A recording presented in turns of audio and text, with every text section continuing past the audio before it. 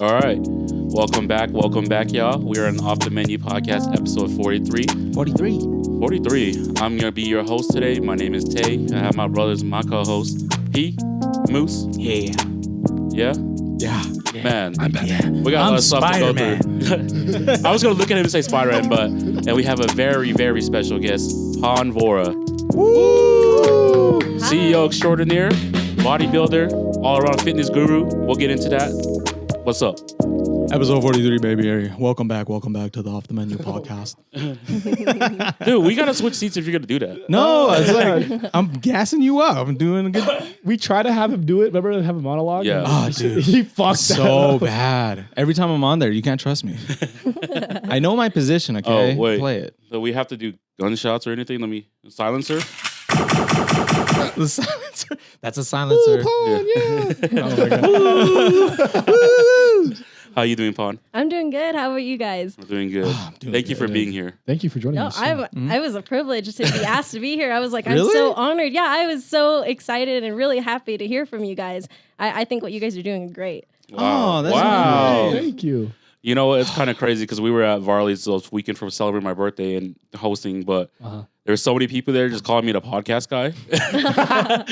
That's It's like, cor- I went from being the raffle guy when we did Secret Menu, now I'm the podcast guy. And I'm just like, man, I don't have a name. You know what's funny at the Asian tournament? You know Brandon? The Yeah. one who takes photos? Yeah. He says he sees you at the gym. He's like, is that the Yeah, podcast yeah. guy? He literally said that to me too. That shit's funny. I Man. never hear that, man. What? I'm on episodes. You're Spider-Man. They don't say that. I don't hear that either. I'm walking around. It's like, you're Spider-Man? Oh, man. It's okay, But- P. It's the two fingers. Yeah.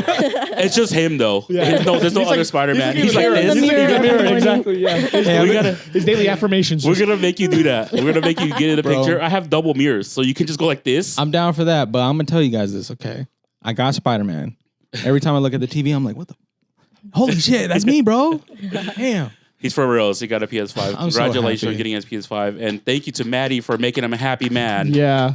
Shout outs to her, This man. is sure darn lucky. He deserves it. Took his hand in marriage, got him a PS5. What a great gift. Oh, thank you. But enough about me. Me and P, we haven't been on an episode together for how long? Oh Has it yeah, It's been a long It's been a time. while. Has it? Yeah, you got a back-to-back this week, so congratulations to you. Let's Miss go. Bitch ass. You guys love each other. Well, go ahead and get into it. For the viewers, who are you and what do you do? So my name is Napa Pon Vorasane. Most people know me as Pon, and I like to say I'm your local it girl, not just because I work in IT, but I do a lot of non-typical things, and I guess I like a lot of non-typical things. So businesswoman, woman of color as well. So not a lot of women in my role. I also have a sleeve, right? So very non-traditional Asian right there. Yeah. I don't like sauces, so like ketchup, ranch, like keep that shit No. away from me. That Whoa. shit's, but then I'm like, Whoa. give me that spaghetti sauce. And then, Fair. like I said, bodybuilding, and I truly do believe that every one of us on this universe are meant to be here, and we have a purpose and a vision. And I think that if I can help you guys get one step closer there, that's what I feel my purpose and vision is. That's Wow. amazing. I love Hell that. yeah, I give it love up for Wow. that, bro. Do I have the applause? You have it. You gotta learn the Don't tell me soundboard. you I don't lost know it, the bro. soundboard because it's like all crazy. Oh, it's applause.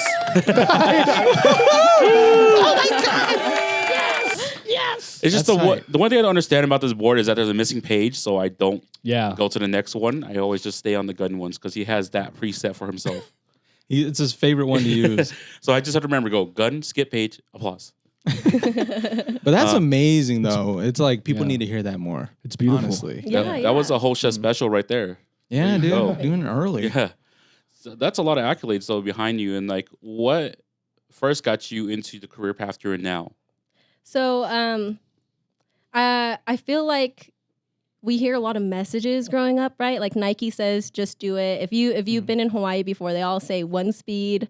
Another term is like people say walk east, and it's just like if you have a dream and you don't know what your purpose or your vision is, but you have this dream of where your heart wants to go, you just got to do it, and you can't get lost in the mechanics of it.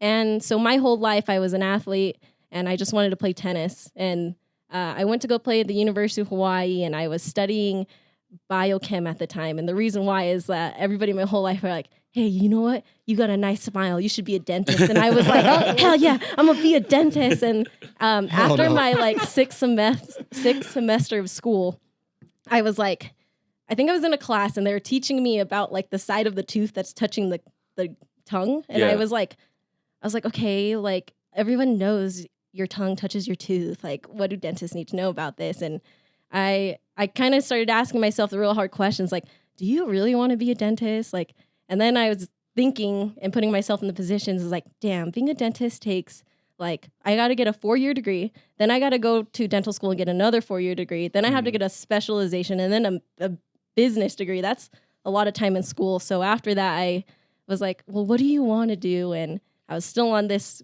pathway on tennis. And as I was playing collegiate tennis, I even was like, you know what, bro? Like, you ain't going pro. Like, that's straight up, like, you ain't going to be a pro. So I was like, how am I going to stay in tennis but keep intact with the sport? And the best way I knew how to do that is, like, I can work on form really well. I can see when tiny things are happening. So I was like, I'm going to be an ESPN commentator. And then got on, and then I got on ESPN's website, right? And I was like taking like the typical route to it of like, I don't need education or something. So I'm like, if you could just get in as a janitor, you can work your way up. And that's me too. It's happened. We've seen it. Yeah. So then I like looked at their job board, and these guys are only hiring iOS developers, like 27 positions, all iOS development. So I'm like, what the hell is an iOS developer? And I'm Googling all this stuff, and it's just, they make apps for Apple Store. And then I started Googling, like, how do you make apps for the Apple Store? What do you need to know? And it took me down the rabbit hole of a computer science degree. So 6 semesters into college, I was like, you know what? I'm switching from biochem to computer science. Damn. And it was definitely like a worth it choice, but I had to fight really hard for it. Like there was only me and one other girl in like my whole career in computer science. Wow. No way. Yeah. And at like your school? Yeah, at my school at the time. So I had transferred. Yeah, in the world. two. Wow, we have one of the two. And so I just kind of was like, okay, I'm going to do it. But it was none of the professors lied to me, and I think that really helped me have a more clear vision and direction to go, because straight up they were like, "This is a man's world," and they're like, "I'm not trying to say it to like scare you, but like." You're going to read this and you're going to be like, this is dumb. Like, this is not how it's supposed to be done, but it's already made this way, so it has to be done. And the example that they gave me was, if you gave like a recipe to a woman and a man, and it was like to bake chocolate chip cookies, a woman would read the title and she'd be like, okay, straight up, like, I already know I got to be in the kitchen. I got to grab flour. I got to get chocolate chips and eggs. And they're like, but a man would be like, chocolate chip cookies. Preheat the oven, and then they go and preheat the oven, and then it's like really step by step, and that's exactly how technology and computer science is like, oops, sorry, is exactly like step by step. You got to do one step at a time, and once you do that one, then you'll move on to the next one. So like, that's wild. It's just the approach of how the code is done. You really blew my mind, because I've been doing HelloFresh, and bro, I do that all the time. I'm like, wait, I'm skipping steps. I'm just looking at what ingredients to put in. I'm like, all right, let's do this. Yeah. Did they like know the psychology of that though? Like, they just know how that's how men's brains work. Yeah. So it is the psychology of it, because men's their way of thinking, and they compartmentalize things into folders, right? Like everything's in a category into a folder. And women, we see everything from a holistic perspective. So we're already looking at it from like the further stages out before going deep in. It's like if like we can even say marriage, for example, right? Like a woman already is going into a relationship thinking like, oh yeah, like I want a future with this, and a guy was like, yo, I thought we were having fun. That's like how computer science is.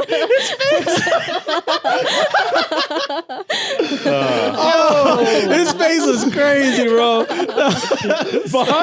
Yeah, you're like, he's sitting there like, I was having fun. He's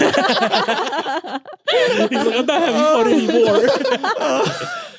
Man, that's crazy. It is true though, because it is true. Yeah, for sure. I can agree on that 100%. Because, well, our roles are reversed here. She's the breadwinner, and I'm over here trying to be creative with life, and I cook and stuff. So when I cook, though, I go straight into it. I don't need instructions or anything. I feel what you just said. I'm the opposite now. I do exactly what the role was supposed to be. Yeah, But, dude, that's the same with me too. I'm like, my Hello lady, Fresh, dude. Hello Fresh. I be making Hello Fresh, bro. I used to do That's that. not making anything. No. Dude, sometimes you don't want to plan the meals and you just want it right there and it's 30 minutes, 45 minutes. Oh, Shoot. man. Okay, I get it. I get it. People don't got time. Because we got like a lot of furniture, right? We've been moving into our apartment for like about, what, 6 months, 7 Yeah, months? 6 months. 6 Really? months, something like that. Yeah. Yeah. Yeah, and then we just been buying furniture. She builds everything. Really? You Bed- have her build everything? Amy Bed builds everything. frame. CEO builds everything. Yeah. Yeah, bro. Moose. Built Hell yeah. like bed Yeah. frame, coffee table. We It's got like 2023. There ain't no rolls in here. bro, I be freaking cooking it up, bro. You should see Yeah, my I'll freaking cook whatever pamphlet, you man. want. Whatever meal you want. I don't care. I'll die cooking for you. Yo, I be saying that shit too. I'm like, I don't know who my future husband would be, but if I'm the breadwinner, like, you better be putting that freaking apron on. Hell yeah, go ham I'm in that going. Yeah, shit. there we go. Yeah. You can have the electric vacuum. Mommy will get the Hey, Mama, that Dyson, get it in the kitchen now. We got so many sponsors. Dyson, HelloFresh. Let's get on this, bro. Pons about to get us everyone right now. Oh man. I also want to go into, you're in the tech world. We would like to say congratulations on what is Utah's business of 20 in their 20s. yeah, I seen that. Yeah, correct. Yeah, That's, yes. congratulations. know, Applause dude. again. Tastes very. Wait, that's a That's big amazing. milestone though. So like, Huge. how old are you? I'm 26. Yeah, and crazily enough, so I was getting my nails done, and I think I was like very fresh into IT, 21 years old, and my nail lady, my nail manicurist, she was like, "Have you heard of 20 in their 20s? My friend just got it," and I was like, "What was that?" And I was like, "I want that award," but then like, you can only be nominated, and I kind of sat there and was like, "Oh, I'm not gonna be nominated. I'm a call center agent," because I was doing IT call center at the time. And it's just crazy where life takes you, because I nowhere in my journey was I like specifically like wanting and working for this achievement. It just kind of like, I just remember being like, I wish I could get that one day. And then was going through my emails, and it was like, congratulations. And like I said, I'm in IT. I was like, who spammed me? Huh? Like, I was like, how did this get through the filter? It's fishing. Yeah, is it phishing? Wow. Well, congratulations to that. Thank you. For those who don't know what that is, what is that exactly? So the 20 in their 20s list, so they do, multiple states do it, like New York has it, Arkansas has it, but the 20 in their 20s list is for entrepreneurs and business professionals ranging from ages 20 to 29. And it's not only a nomination based on like personal achievements, but it's also on impact and potential on those who are making this positive change in the kind of landscape of professionalism and business careers. They're making an impact on ways that aren't just like innovation, but they're not letting their youth define them. They're pushing the barriers. And it's really acknowledging the people who are making a contribution to their communities in a positive way, and inspiring other young people who are trying to go that way too. I think that's really what it is, right? Like, impact reaches far. And if you make an impact in one community, you never know who else you're impacting just by that small thing, negatively or positively. Yeah, yeah.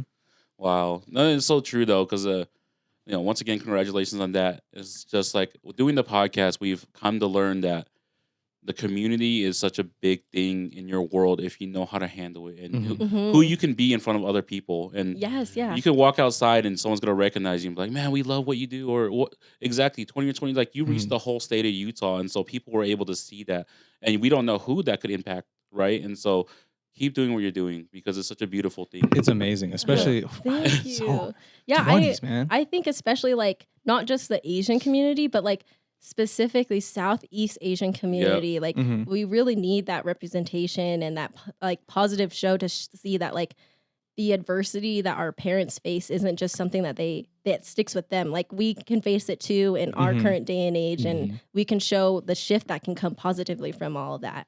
Exactly. And representing Laos culture right here. I know Yeah. everybody. Hey, Yeah, you have to say fruity now. Con Lao. Every time, man. That's his go-to phrase. It's just funny. It's like the OG phrase you hear growing up. You're like, oh. You con lao? I'm like, yeah. I look Korean, but yes, I am. Your mom thought I was poly, so well, I guess that's a I good get mistake. that a lot too. Every time, like my mom sees you, she's like, "He's Lao." I'm like, "Yeah, mom, I told you." I think I've met her 7 like times." 15 times Yeah, total, bro. and every time she doesn't recognize me, and she just thinks, "What are you?" She speaks English, and she goes, "Con lao," and I'm like, "Yes." It's like, "Mom, I tell you all the time." No, that happens to me when my parents bring me around to like the older. They haven't Yeah. seen me in years, and I'm 6'2" and big, and they're like, "Wait, is that your son?" Yeah, yeah. Is he part giant? Yeah, they're like, is he mixed? They're like, he's like, no, he's full No. out. I get the Polynesian. I've got Korean and Japanese before. At Ruth's Yeah, I can Chris. see Japanese. Japanese Okay, I was for gonna say, at sure. Ruth's Chris, I had a you lady. look like an anime character. She said that. She said, "You're not Japanese." I was like, "No." She's like, "Oh, It's the eyebrows too. damn." Those are And not plus- Southeast. What does that mean? Those are not Southeast Asian They're pretty eyebrows. nice eyebrows. I'll Your tell you beanie, that. Yeah. your beanie looks like you make sushi. Loki. Can I get a tuna maki? He's like, yes. Going. And then with the award too, you said you had to be nominated. How does that work? Is like people vote on you? Like, what's that deal? So they have a form that they put out online. They do a new one every year. And actually, one of my coworkers, she nominated me. And so so when they sent me the email letting me know that I had won, they also CC'd her too. And so in the form, I believe it asks like very specific questions. So unfortunately, it's not like one of those things where you like go in and you just put the name and that's it.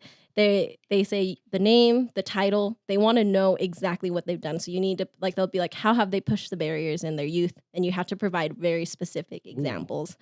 Same with how did they create innovation? How did they create a more inclusive environment? How did they make an impact on the organization as a whole? So, but I also didn't get to read the nomination, but I knew those were the questions that they had been asked. So I know that they had provided, I guess, sufficient enough of answers to get me through those process of elimination that they did. It was amazing. It was really surreal. And I feel like it just wasn't a testament of like personal achievement, but it really was showing everybody else who had supported me along the way, like my friends, my family, my mentors, and that were just like, you got this. And obviously with the career path going that way, like it's, I have to be honest, like I wouldn't say I'm considered like a friend who can contribute a lot. I think I spend more time alone. There's a lot of like sitting, personal development, trying to figure out like which way I'm going to go. And a lot of the times the challenges I face at work aren't the typical ones that my friends are facing. So on one side, right, if I'm going to tell them my problems at work, for them, it's really easy to be like, well, this is how I feel about it. And it's like, whoa, like that's the feedback I want to hear because that's what I need to change. But unfortunately, it's not going to be like if it's something I'm hearing often, it's not something I can change right away because I'm at the top of the chain. So I can't just think about one perspective. I have to think about all the other perspectives and what's going to be impacted along the way with those perspectives. That's crazy too, because I had never even thought about it like that.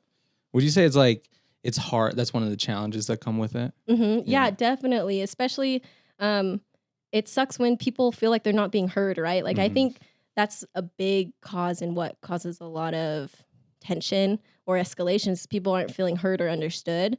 And then on the one side, it's like, no, I hear you and I understand you, but like implementing those types of changes can either be costly, it could be a domino effect to other departments, it could be a domino effect to clients and to people that we are giving jobs to. So it's like it hits every part of the chain, and all in all, you can't really make anyone happy. Like no, there's no solution that is 100%. Yeah. It can only go like 80%. How Realistically. how have you Wow. dealt with that then? I mean, that seems like a lot to carry, a lot of responsibility. Like, how do you deal with that? I definitely think the gym is one of the ways where I'm like, oh! But also I think my support team that I have around me, I feel like growing up, I felt like I was very alone. And my CEO, he gave us like personal leadership coaches, sent us off to trainings.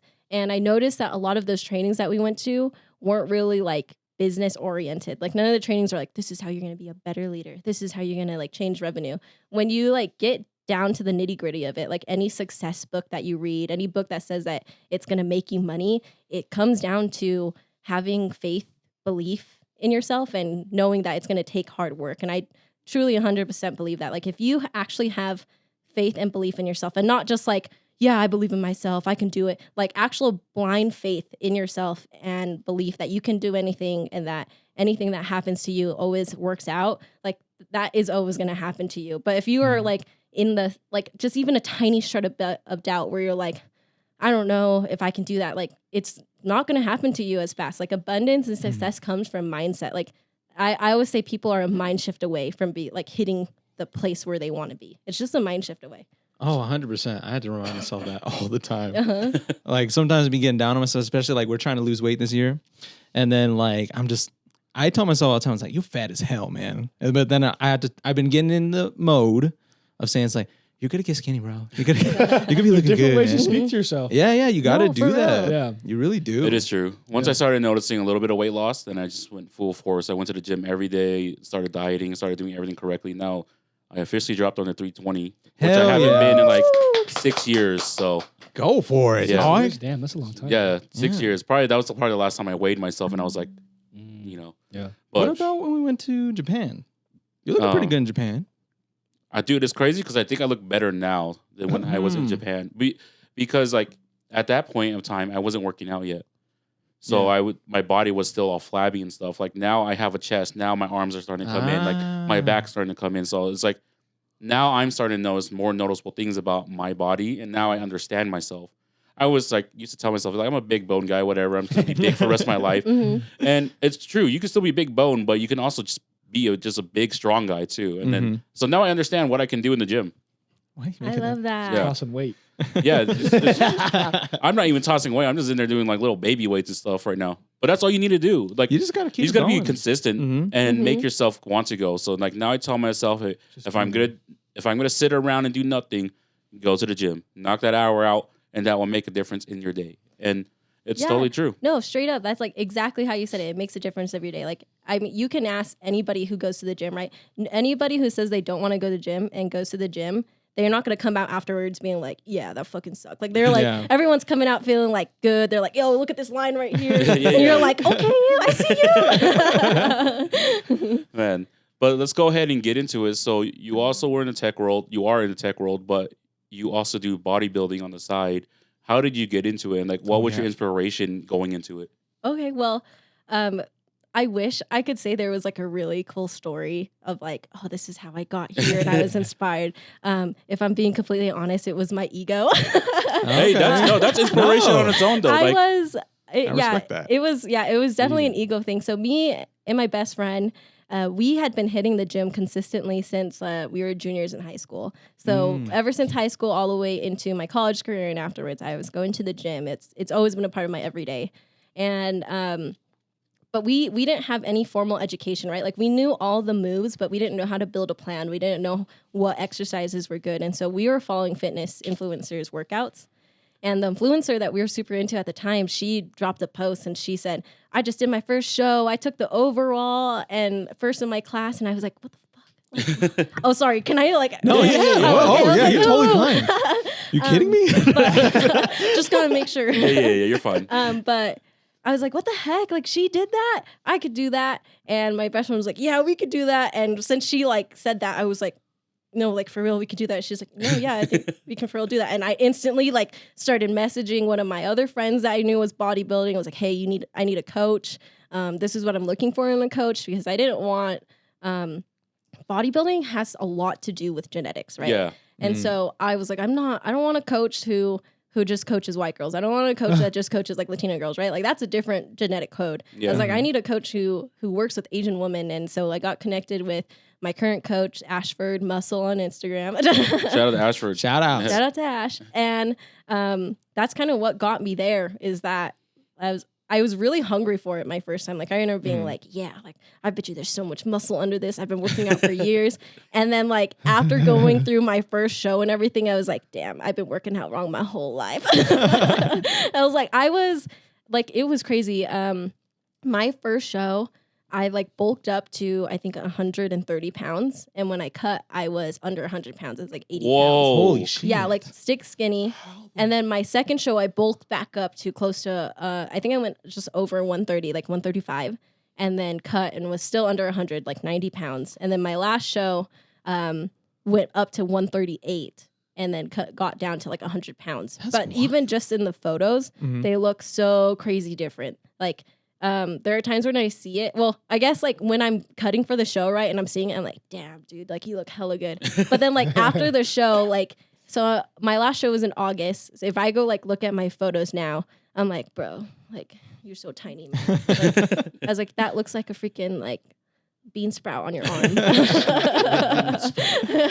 And I'm like, oh, and then like, you know, and then you have everybody else who's like, you look great, man. You look amazing. And then you're just sitting there like, I think I'm going crazy right now. Like, I don't feel like I look that great, but everyone's telling me I look great. It's like a big challenge, just like constantly fighting body dysmorphia. Yeah. I was gonna say body dysmorphia. What's the time frame look on that? Like you're up to 130 and then you're down below 100. Like what's the time span there? So I think my first show I cut for 14 weeks. I believe the same was for my second. And then my third show was 12 weeks. But anyone can, like, I had a friend who's been cutting for a show, I think like 36 weeks. Like some people have to take a long time, and it all depends on how your body reacts to everything. So for example, my best friend who did my first show with me, we had pretty similar diets, but our bodies were behaving totally different. My body was accepting the change really well, and hers was like, nope, I don't want you to lose any of this body fat. Like, you are not meant to lose it. And even with like, you get cheat meals, like depending on how well you do, sometimes you get cheat meals, and my body would take like all the dairy that I never had, all the sugar, and accept it really well, and it's just like, let me move on. But if my friend had gotten a treat, like it would stick on, and she'd have to work twice as hard to get it off before the show again. And it sucked because obviously like those cheat meals sometimes get you through like those weeks. Like you don't think you're going crazy, but they're like low key, like you go crazy. I remember like I think I was like at a family party, and you have to carry like your own stuff with you, right? Like I got my own cooler with my food and my Diet Coke, and everyone's like, I think my sister took my Diet Coke, and I was like, I have to drink water now. And she was like, okay. And I was like, I don't want to drink water. That's why I brought my own Diet Coke. She's like, why are you getting mad? I'm like, it's the only flavor I have in my life right now. You don't know what I've been through, man. What the hell? Yeah, and I'm in like, the trenches. I started like getting all into. I was like, there are kids in Africa thirsty. She was hungry, bro. God damn it. hungry. What was the diet then? Like chicken breast and broccoli? That's it? Yeah. So let's see. Ooh, it changes. I would say like at first it was like lean ground beef and rice, and then like lean ground beef, and then veggies, and then chicken and veggies. You slowly get your carbs cut off throughout the whole thing, but towards the end, it's just tilapia. And I remember my first show, I was so shocked. My coach sent me like my diet, and it can change every week. And towards like my last 4 weeks, it was literally like a piece of tilapia the size of my hand. And then specifically, it said on the plan, 4 spears of asparagus. And I was like, 4 spears? I was like, that's it. And like, at first I was cutting it up, right? And I'm like, okay, this ain't bad. And then I put it on the pan. That bitch shrinks to like a stick. I was like, this is what I'm eating. Yeah. And I'd be like eating it. And obviously it's just like in a small cup. And so like when you eat, people are staring at you. They're like, that's all you're eating. Yeah. And I believe one of my coworkers even said, they're like, you eating rabbit food? And I'm like, I know. What was the calorie differences from bulking and then cutting? So bulking, if I'm like not following my plan, I'll go upwards to like 3,000 a day. Wow. If I'm following my plan, I think I'm at about like 2,000, or maybe even just under at 1,500. If I'm on my cut, it probably starts at 1,500 and then goes straight to around 700 a day. How do you live on And then like 700 a day? 120 ounces of water a day. Yeah, Mhm. yeah, water for sure. Yeah. I breathed and I take in 700 calories. Squidward with the hamburgers. Just the fried chicken pieces falls in your mouth. Damn, I would not be able to do that, man. I want to try. That sounds kind of fun. I think everyone should try, like at least once. I tried it. Or you Hell want to yeah, do it? do Sifu's it. down to try it out too. Yeah, we have to wait till we come back from Japan if we're gonna do something like that. Okay. Okay. I'm He's like, down. I'm not cutting my diet on vacation. We'll just hit up Han and just be like, hey, can you get us a plan? I think honestly, Maddie would be down for that. Oh She's like, my. what I don't the know if hell? I could do a plan for bodybuilding. I could do like a regular one, but Regular bodybuilding. plans are Oh, Regular they don't, plan, they don't yeah. need. I I don't was think like- they need. We'll- body. I come back, I'm like, hey guys. We'll do a Add some couple Squidwards back. off the menu couple challenge, okay, between us and then you and Maddie. Oh, dude, I'm so down. That's lit. I'm gonna be looking crazy, bro. Yeah, You gotta- I come I'll out. be on your asses and see who's. You don't have to be on my ass. I was like, You gotta watch my ass. Spider-Man's out right now, so he's I'm just like, I can't eat. I just gotta play Spider-Man for the next 4 hours. that's your diet plan, huh? Just Spider-Man and not eating at all. Spider-Man Calorie and water. deficit, Vape and a everything. coffee? Oh, you gotta have the coffee. Wait, did you have to cut coffee like during your? You I do black. can only have black coffee. Yeah, you can't add creamer or sugar. Oh, But I right. got cut off of like pre-workout. I actually am not on pre-workout. like Like my pre-workout right now is black coffee and creatine.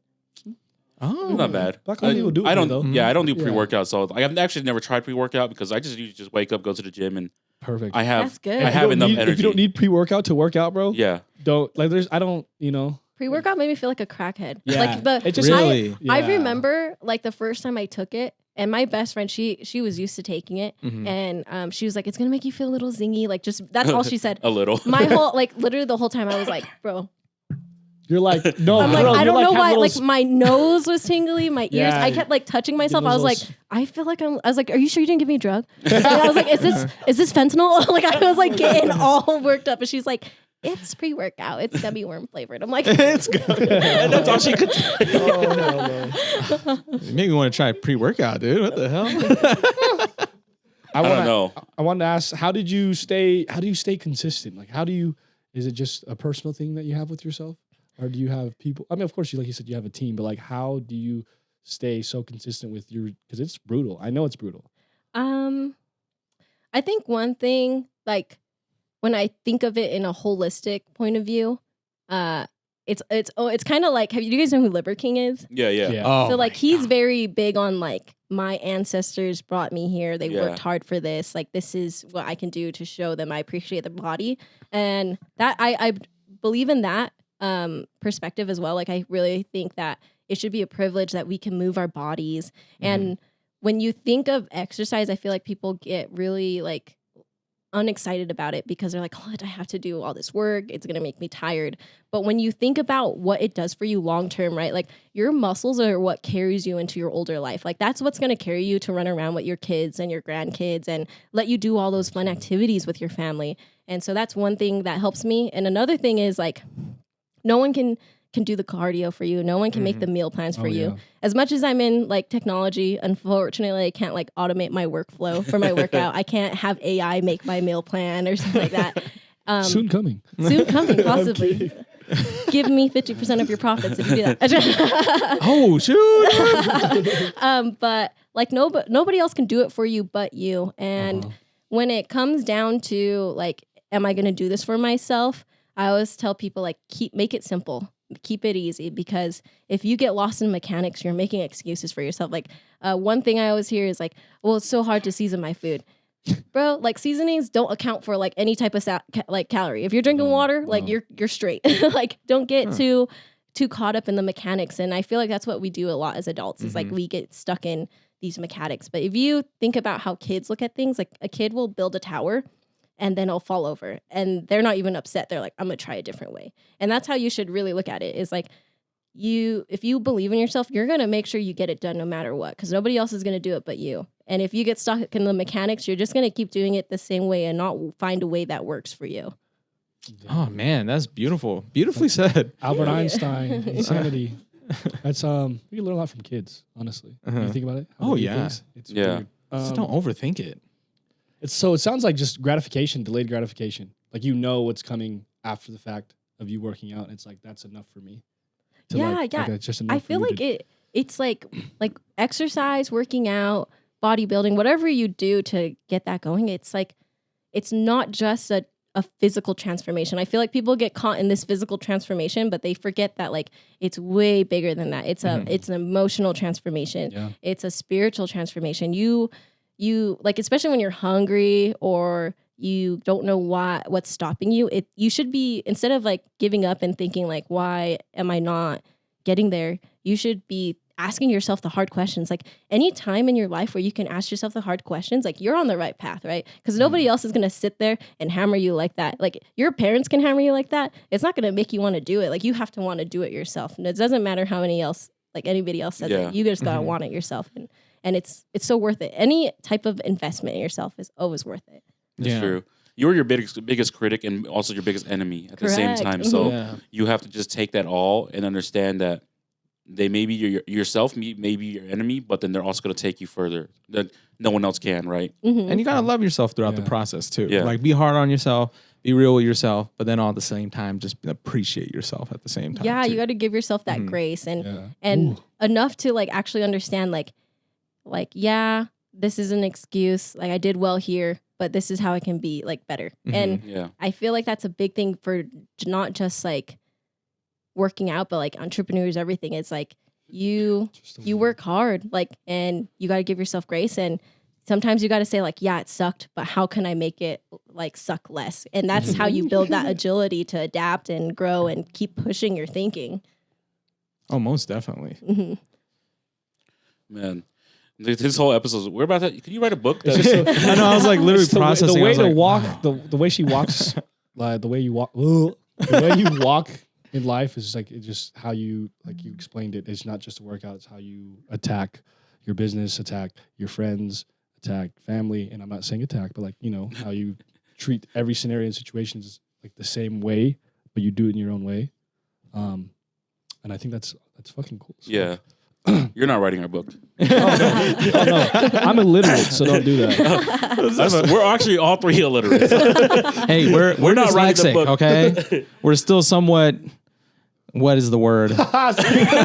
Illiterate. Dang it! I didn't prove my point. Hey man, You did prove your point. oh God, I was trying to prove a different point. Didn't prove the one I was intending. So you go to the gym to wind down, but do you do anything else? Because you said you play tennis in high school and then into college.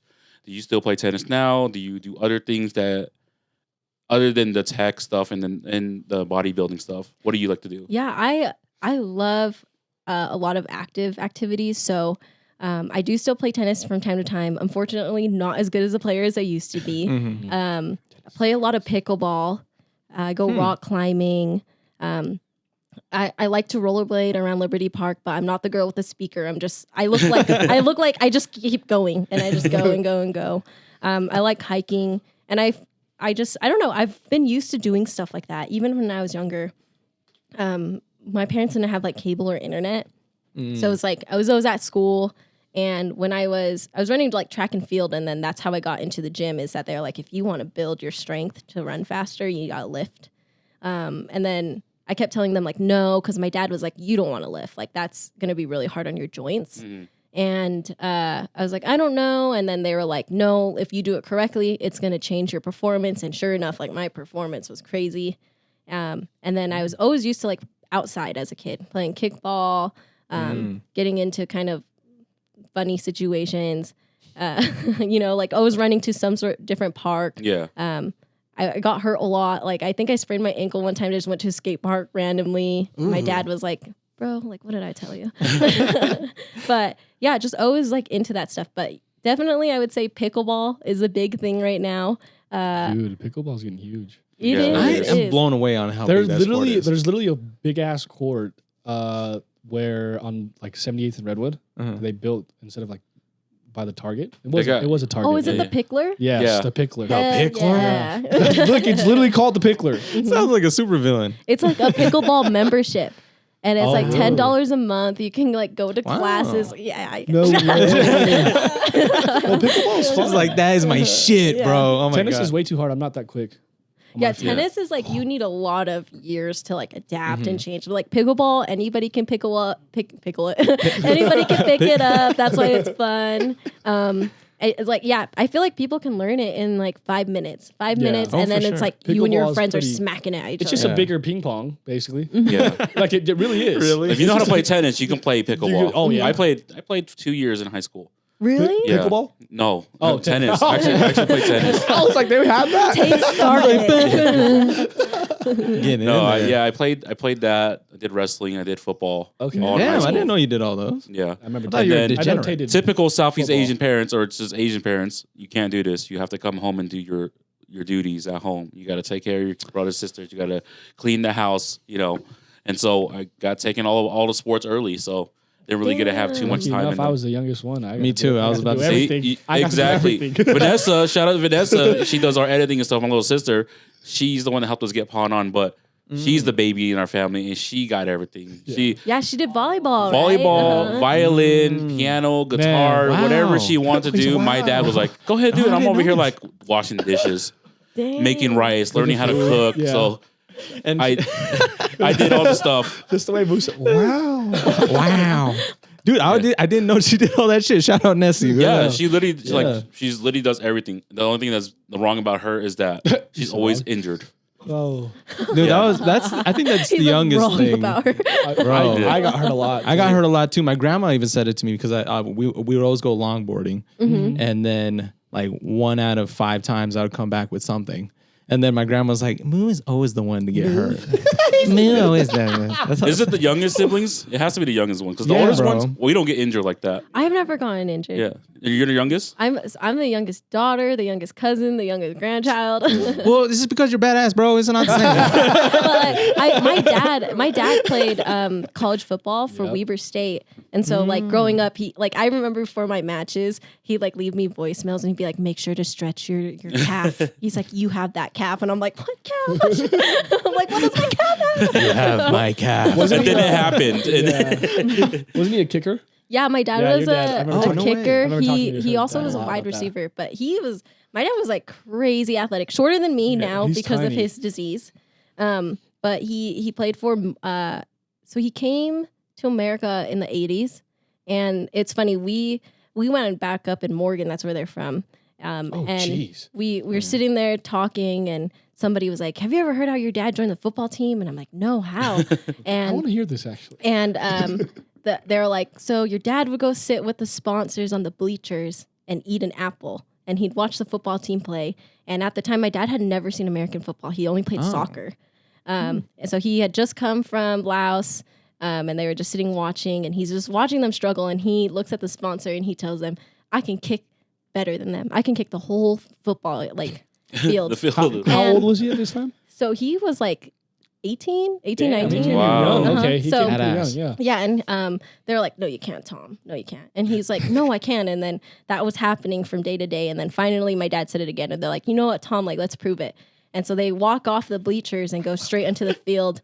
And it's funny because as they're telling me the story, they're like, "Your dad was like all confident. He's walking this. He set the ball up and he got ready."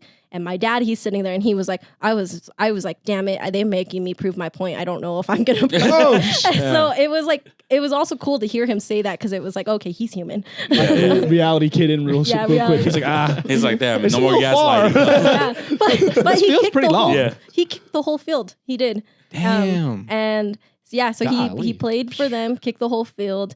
He's also been like just super athletic, like my whole life. Everything he's told me on how to go about my sport, how to think mentally, has always been correct about it. Like if there's anyone I know who's like doesn't doubt themselves, it's my dad. Like anything he says, he's not going to say it unless he's confident in that stuff. And anything he's done, he's like excelled at it. And I think I was chasing that for a long time, right? And then soon enough, it became this like self-authentication journey. And I think it still is that, but it was cool to have my dad kind of be that image of me to understand like what it really takes to go after what you want to do. Wow. That's crazy. We gotta make a movie on this. Yeah. I was just saying anime, bro. Anime too. ball. I'm not gonna lie. Anime about a Low ball, loud, Collegiate collegiate student kicker carried their team to the fucking the He's bowl. like Master Oogway in Panda Express. Like if you see him, that's Express. how. Or not, I was like, wait. I was thinking about the restaurant.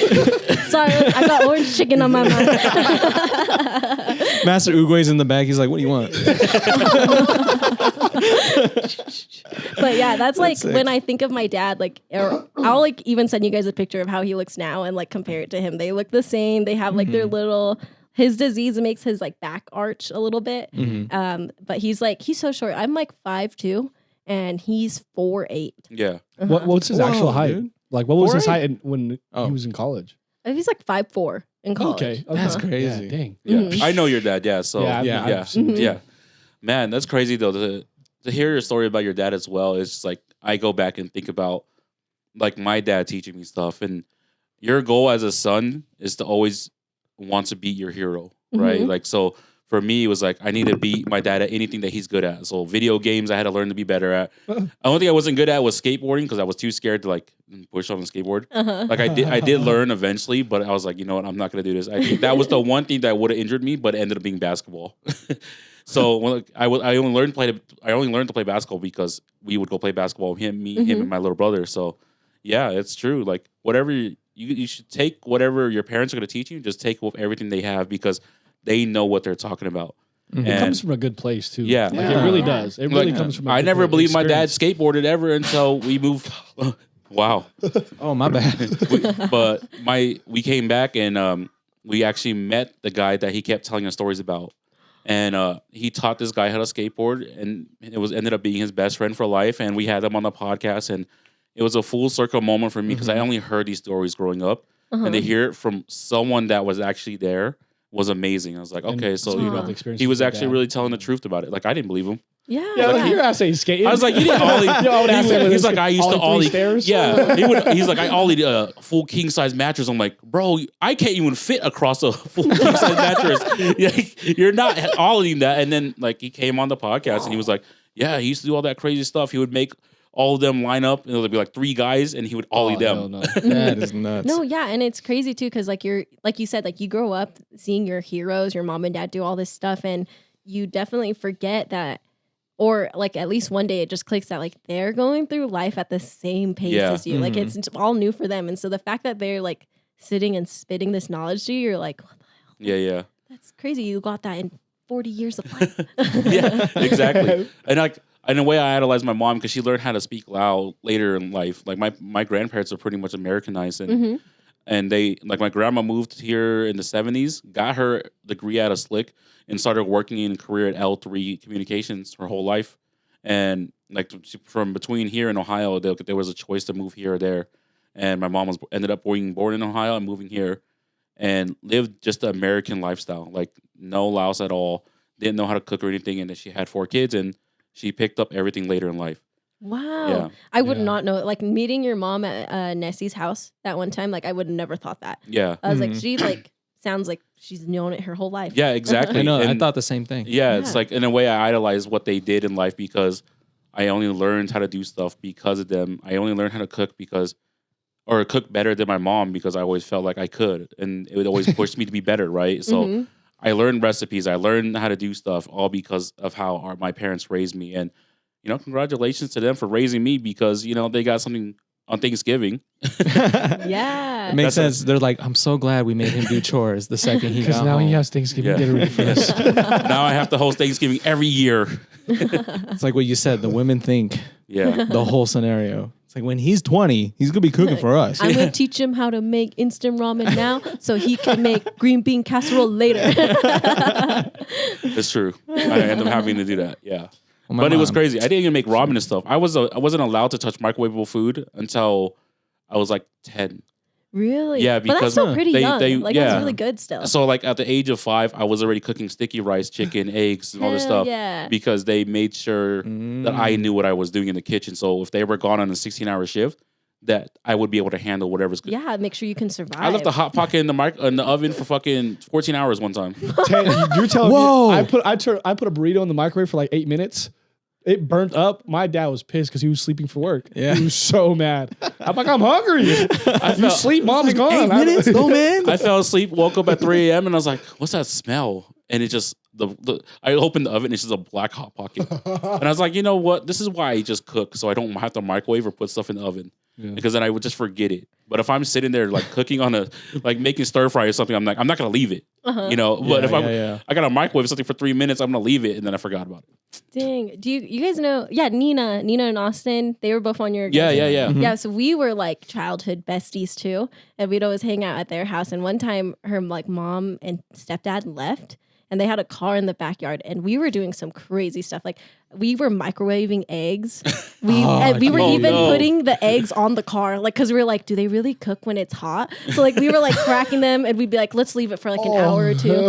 I think we were putting like mango juice in the coffee maker, and then we thought we were onto something. We're like, dude, warm mango juice. This is it. I'm sure, like thinking about it now, we're like, what were we thinking? But we were like up to some like nasty stuff going on. DGen stuff. All on the same day too? Yeah, all on the same day. That's fucked, man. Oh my God. They have their own Bill Nye the Science Guy going on. They're like, heat, eggs, car. It's like, why did you do this? It's because science rules, Mom. They were like, warm mango juice, yes. Try it. It's like, okay, it didn't work. Coffee makers broke it. They're so pissed. I know, they're like drinking the coffee. They're like, it Why tastes does a it little taste like- sweeter today. Probably the worst thing mango in my coffee. the worst thing I ever done when we had the magic bullet, right? And I would watch the infomercials because we didn't have cable at a certain point in time, and so I was watching blender. after Saturday cartoons. I was just doing infomercials, right? And my brother and I were watching the magic bullet, and then so I was like, "Oh, they made a chicken quesadilla," and I was talking shit to my sister. I was like, "This is gonna be the best chicken quesadilla I've ever had in my life in a magic bullet," because they have the microwavable lid, right? Wait, was Oh, I it like didn't know queso that you're like making? It's like you blend up the whole thing. They would just put everything in there: cheese, chicken, jalapenos, whatever, right? And then I didn't take off the blender part when I put it in the microwave. And then I'm talking shit to my sister. I'm like, I'm making chicken quesadilla. You can't have any. And then all of a sudden you hear a boo. And then my sister was so over it too. She was just like, I was like, what was that? She's like, oh no, leave. I go in, microwave smoking, look at the shit. I can't even open that. It's just busted, dude. I was so scared. You basically microwave metal. I did. Yeah. For 2 minutes. Oh, God. I was talking shit too, man. That was the worst part. It's like a time machine in the back. You tend to do that though. What? Do Talk little shit to your siblings and shit happens like that. No, I was a very nice kid to my brother. Yeah. My sister was a had little to shit. You had to be. But You had to be nice to your brother. But that was the thing. When me and my sister got along is when we duked it out. Yeah. I was 12. She was 14. We just threw haymakers all night, and after that, we were super cool. That sucks. Yeah. It doesn't suck. It was a good thing. My brother's perspective was terrible because he was like, I was just hanging out in my room, and then I hear this outside. Yeah. He heard that and he saw us fighting and just closed the door. He's like, I don't want to be a part of this at all. That's literally what I would do though. I would literally leave the the PlayStation 1 on and let my sisters play games. Don't bother me. Whatever. If you're hungry, I'll cook. Whatever. Just leave me alone. And I'd be gone for like 6 hours to go and hang out, and then I'll come back there fighting. And I'm like, man, what are you guys fighting about? They unplugged my controller. One sister's playing, one sister's not. And then some guy's over here doing the same thing. So now it's just him playing and two sisters are not playing. And then I'm like, what the hell is going on? Somebody would do that. But don't let it fool you. Fighting with siblings is healthy. Yeah. I would say Oh, man, I very, kicked very my sister in the chin. What? Yeah, Whoa. Noi. Sorry, Noi. like, No, it was like, she was like running at me and we were in the hallway. And then if you guys watch wrestling, I watch a lot of wrestling, so I was a wrestling fan. Shawn Michaels does the sweet chin music. That's his finisher, right? Sweet chin. Bro, I that's when I knew I could kick pretty high because I kicked her straight in the chin and she flew back and she fell into the wall. So there was a big hole in the wall. And I knocked her out. I carried her to the bed and I put her to sleep. And then And he put her to sleep. bro, I like how it's so nonchalant. I Yeah. knocked her out and put her to sleep. You definitely put her to sleep. I was like, no. I put her in her bed. She didn't remember what happened, and we just left her where it at. And I had a wrestling poster, and I put it right over the hole. Right over the hole. That was the move. I made a hole too. Oblivion poster on the front. Bro. And I don't think anyone discovered the hole until we moved out. Like, we just left the wrestling poster there for the rest. I did the exact same We're already gone. Sorry. Yeah. I'm already gone. But I'm pretty sure my parents did get the deposit back when they figured out there was a hole there. It's like, I have no idea what happened here. It must be nice. This is a 7-year difference for my sister. She'd beat my ass every time. Yeah, it's Couldn't even talk to her, bro. Hey, can you help me with homework? What do you want? Oh my God, damn. You got her in a bad stage, man. That's true. You guys do have a big age gap, so like 7 years, man. Yeah. I could not even ask her for anything. yeah. She's with her friends, having fun. Yeah, listening she to like music, have bro. a whole different lifestyle than And I'm you. just like, can you help me with some math homework? You know, mom and dad can't really, translate this for me. You know, like I'm just asking for some help, and she's just mean. I love you though. It's just mean. Older sibling. It's the older sibling syndrome. Is we feel like we have to do too much. We really didn't have to though, and we made it. We had to blow everything out of proportion. It's like, why are you guys fighting? Why are you guys doing this? It's like, okay, we need to chill out sometimes. I need to chill out I'm sometimes. not gonna lie, Paula was out, bro. She was not home. I was home alone. Home alone. Shut up and call Christmas. Christmas time. Tis the season. But I was home alone the majority of the time. My dad worked 12-hour shifts. My mom worked 8-hour shifts.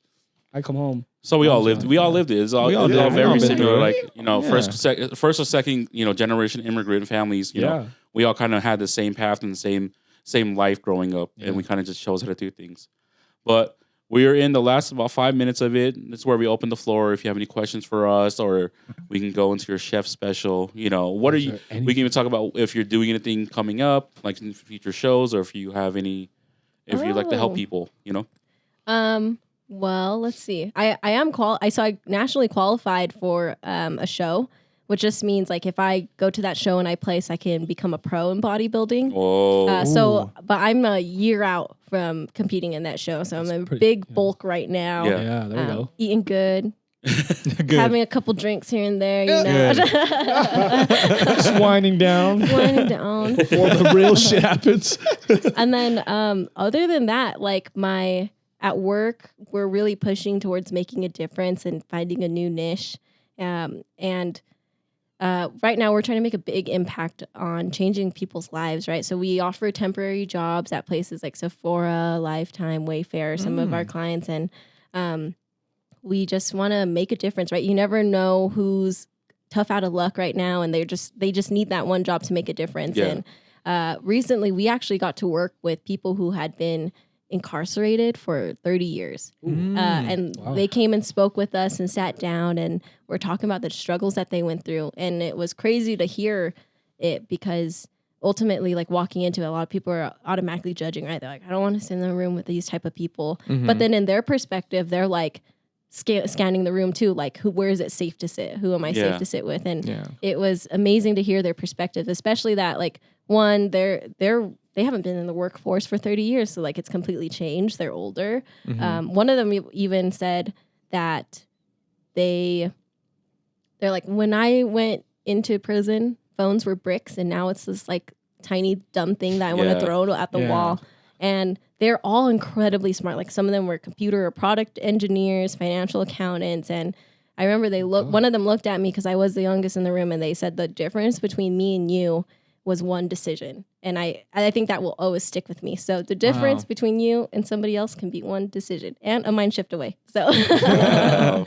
No, I get amazing. it. I get it because we have, I come from a family with a lot of incarcerated family members. So, they did a lot of deeds in life that took them to where they're at. But we firsthand witnessed my uncle come out after doing 20 years and his whole entire world blew up. How fast paced everything is, how crazy technology is. Like when he got arrested in '96. Wow. I was 4 years old, 4 or 5 years old, and he had already gone in like 96, 97, something like that. It had to be 97 because I was in kindergarten and I was the last person to see him before he got arrested. He was like, I'm gonna pick you up right here from the bus stop. Got there and he wasn't there. And I didn't see him for 20 years. Holy and it's like you said, it's a culture shock when they come out. Like they are actually like hidden from a whole bunch of stuff. Exactly. Which we don't realize. Yeah. And it was also like very heartfelt or I guess like sad to hear how they struggle coming out too. So a lot of them were like, I need a driver's license and a social to get a job. But I don't get that because I was incarcerated for a long time. So I'll go and try to get a driver's license. And then they'll tell me I'll need a social security card. And so then I'll try to go get a social security card. And they'll tell us that I need a driver's license. And he's like, I'm just like, shit, out of luck. Like, that's how they feel. And it sucks that people they're feeling so defeated because of their circumstances. And it's like, if we can, whatever you do, can you give people hope and inspire and lead them? You never know what you can reach out of that. Yeah. Mm-hmm. Yeah. That's amazing. You're this close to anyone to making a difference in their lives. Correct. Yeah. Mhm. Yeah. And you just have to understand that a lot of people go through stuff and just don't judge by character and their past, because their past is what's holding them back and they need help moving forward. Oh yeah.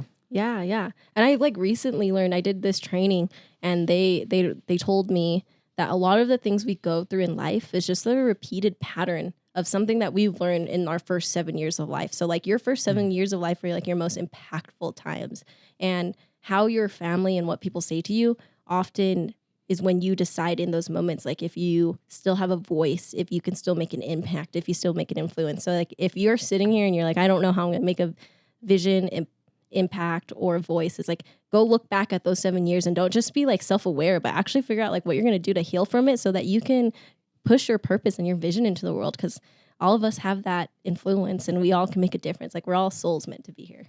That's kind of crazy. You made me think about like be the adult that the kid in you needed at that time. Yeah. Because I think about that all the time. I was like, yeah, it really shows that we have all of us have scars, and then it's up to us now to change those and really like make a difference. Because with us, even with the podcast, I tell everybody all the time, I'm like, it is crazy the positive reception that we get. And of course, we're not the biggest podcast. We're a startup podcast. We've only been doing it for like 6 months, but the effects of it is just felt unreal. Aside from all the numbers, it's been really cool. Yeah. Even with the numbers, though, I feel like it's kind of crazy that people once a week tune into us and it's like 150 to 200 views. I'm like, who are these people? And then you, like I said, man. I'm so sorry. I keep my phone there. And, okay, I'm sorry. I ruined the moment. No, you're good. But it's true, though. And I do enjoy doing what we're doing and the outreach that we've been able to get to people so far. And the responses as well from also our viewers and then our guests, because without the guests, they wouldn't have made, we wouldn't have been able to push this podcast out as well as we do, right? No way. So thank you to the guests once again for assisting us and being a part of our journey while we go out and do stuff, And I feel like we've been pretty. I think we should look at it as being grateful. I think I texted you guys today, right? No, it's Thanksgiving. No, I texted you guys today. I said something. I don't know. It was like, we're killing it or something, and I was like, let's keep it up. Yeah, let's keep it up. And I was like, oh, and then I just like prepped the questions. Okay. And he doesn't say that to our faces. He has to text it to me. Yeah. He does have to text shit. Yeah, honestly. When he sees me, I'm like, hi, and he's like, whatever, dude. You're a disappointed That's father. like OG culture stuff, though, right? Like OG stuff, like OG Asian style. Like they'd never be saying stuff to your face, but then like behind your back, they'd be like so happy. Like so my dad in his room, he took my sister's old room. So it's like, imagine an all pink room with like a canopy bed, right? And then he got these 3 giant Buddha like statues up here. And then like under it is like my little like 20 in their 20s award, like taped on like a Ziploc bag. Like that's how they always see things. Yeah. And that's like OG, like they don't say it to your face, but they're like behind your back. They're like, oh yeah, that was cool. Yeah. Good of you. If anything, it kind of feels better in a weird way. Yeah. Yeah, it is. It's funny because what is it? Amy's like, man, so many people love you. Like they always talking about me. I'm like, bro, what are you talking about? No one says anything to me. It's like, so I don't feel it. But then I go out and we did my birthday. I don't go out. I don't drink. I don't do any of this stuff. Yeah. I got when he does fucked up though. I heard you party hardy. Yeah. Woo, never again. He was cooked. I'm keeping myself under 30 shots. Not Damn.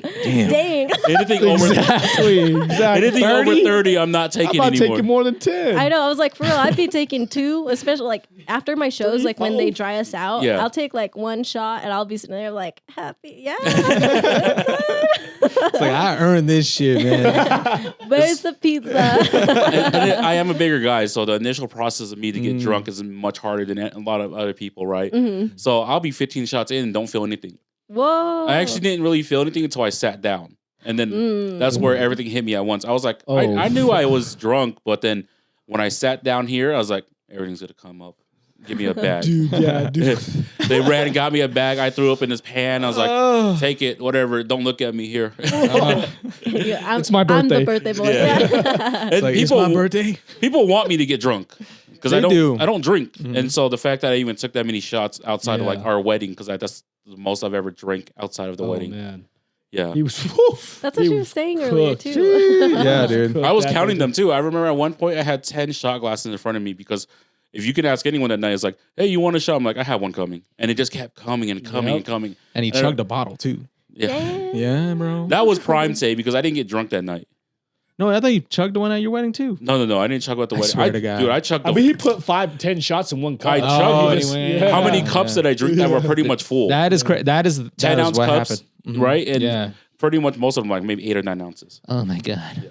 I'd watch a Yeah. mukbang on that. Yeah. By the end, he's like, "Ah, shoot." But this is me when I'm drunk. No, for real. That's it. Eyes closed. Don't talk. Don't move. I'm just like, all right. Just head nods, facial expressions. Yeah. I'm feeling good. If he's happy, he's like,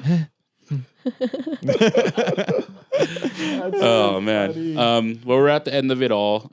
Thank you, Pon, for being here. Thank on you so episode much. Thank you, 43. Pon. Thank you guys. I appreciate you guys and the time you guys have given me. It really is an honor to be here. And like I said, the impact and the reach you guys are making is amazing. Like what you're doing on here is amazing. Yeah, and thank you for being here because, like I said, the guests that we bring on have such an impact in their communities. We would just like to highlight them because, like I said, you reached out to so many people already being on the 20 under 20 list or 20 in 20, but the impact that you can make to our viewers and like everything else is you Yeah. make a difference, and we appreciate again. that you're out here doing that kind of stuff. And being Southeast Asian. And like, Yeah, we all and are. representing Representing, Southeast Asian bro. women And then- first of yeah. all yeah. in a impacting- man eat world. And then it's fucking impacting flexing on him. Yeah. everybody, not The just real Southeast gun. Asian. Yeah, they're real good.